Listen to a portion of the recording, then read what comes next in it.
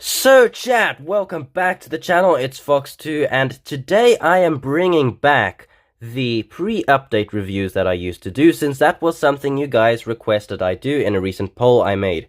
Now, before I dive into today's video, I would just like to announce we are only 20 subscribers away from 700, so can we reach that before next week? I would really appreciate that. Let's see if we can reach 700 before next weekend. Now, diving into the Challenger 2. This is an exciting one, especially for my first video bringing back my old topic of pre-update reviews, because we have some exciting stuff. And that is that we have the first rank 10 platoon inbound. The Challenger 2 Mark II will be a rank 10 tank. Now, to start off, is this tank actually going to be that good? We'll find out. Now, the first thing you should observe with new tanks, especially like the Challenger Mark II, is why was it built? And it was built to replace the aging Chieftain series. Now, more often than not, a new tank will always bear some resemblance to its predecessor, and that is especially true with the Challenger Mark II. It has a lot of resemblance to the old Chieftain. It's very much actually in many ways a buffed up Chieftain.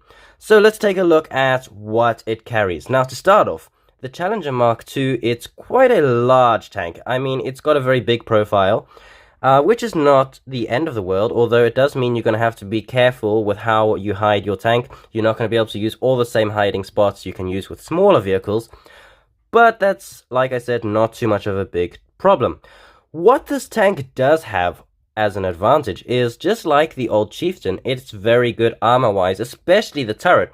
Now, the turret does have some weak spots, so you're going to have to always shake the turret after you fire, just to try and hide those weak shots or weak spots and make it difficult to accurately shoot it for the enemy.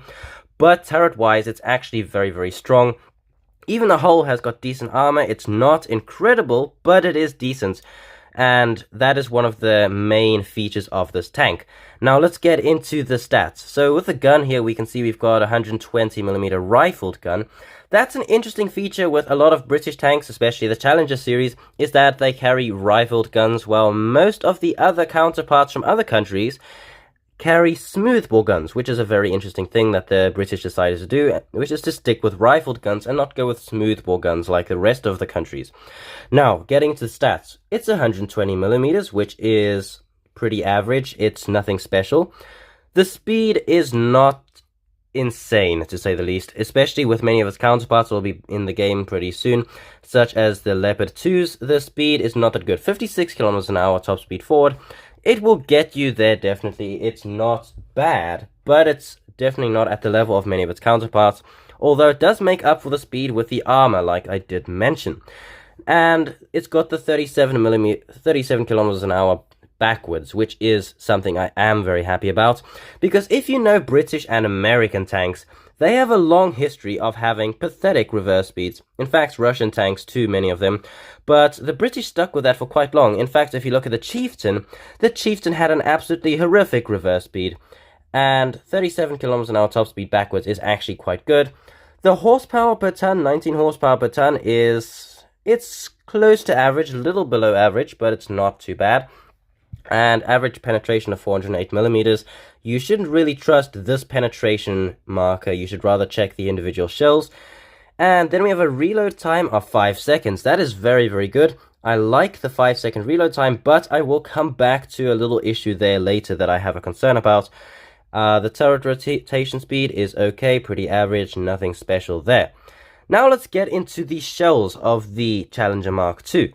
And what shells I will probably be running. We don't have a big selection to choose from. We've got the Shot L23, which is APF SDS. We've got the Shot L31A7, which is HESH. And we've got the Shot L23A1, which is also APF SDS. Now, you may as well just forget about the L23. That is going to be garbage. I would not run that at all.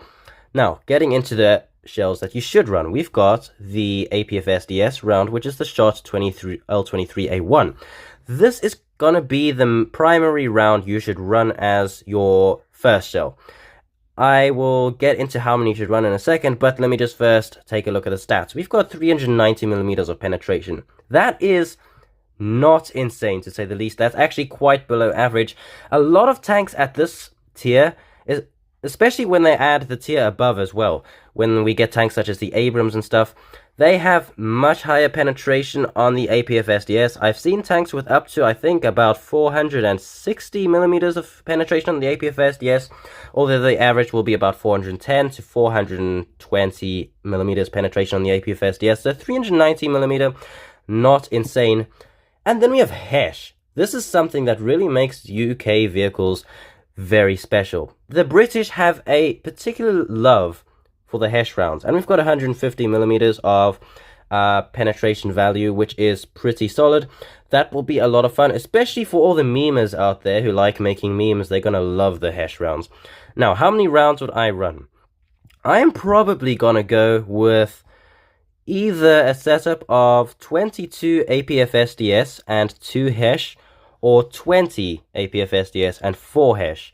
I haven't decided yet. I'll have to wait until I play the tank to really get a feel for how they perform. But that is sort of the idea. You guys can choose between that, whatever you guys decide works best for you.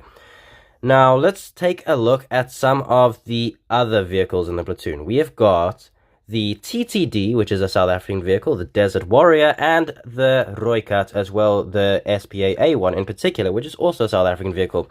Now, we already have got the Rooikat ZA35 in the game, so there's nothing I can really need to say about that because everyone's already seen that and played that before already. Now, the TTD, it's not going to be an insane tank. It's very well-rounded. That's what I can say about this tank. It's not particularly spectacular on any of the stats. It's got decent armor, it's got a decent gun, decent mobility.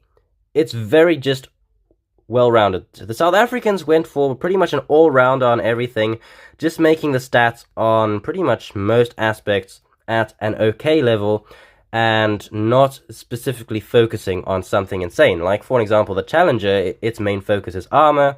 When you look at many guns like the Leopard A1A1 series, their main focus was the gun and the mobility, not so much the armor. Now, moving on to the Desert Warrior. This, I don't really have much to say about this either. The Desert Warrior is pretty much the British Bradley. I mean, you can see it actually originally was a Bradley. If you recognize your tanks, well, that is a Bradley indeed. It does seem to carry some additional protection, especially if you look at the sides there, which is going to make a difference with chemical rounds. Maybe ATGMs will protect you quite well from that. But against solid shots and kinetic rounds, it's not going to be anything much. It's pretty much going to play identically to the Bradleys we already do have in the game. And that is all I have to say. Oh, hold on. I did mention I had a concern for the tank, and that was the reload time before I do finish this video up. And that is 5 seconds. While that may sound very, very good, there's a concern I have for it. If we make our way over to War Thunder Wiki, we can see here that only the first 4 rounds of the first stage ammunition have the 5-second reload. Then it can take up to 8.7 seconds to reload the gun until the ammo rack is replenished.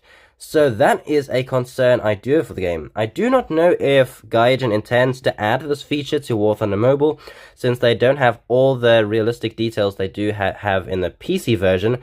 That is yet to be seen, but that is a concern I do have, so keep that in mind when you are thinking about buying this vehicle, as well as playing it, that it might have that feature of only the first 4 rounds take 5 seconds to reload, and then you take 8.7 reload seconds until it replenishes the first stage ammunition. But that is all I have to say about the Challenger Mark II, which is inbound for the game. Let me know what you guys think of the look of this platoon in the comments below, and if you guys think it is going to be a super good platoon. And if you enjoyed today's video, please remember to like and subscribe, and I will see you guys in the next video. Thanks for watching.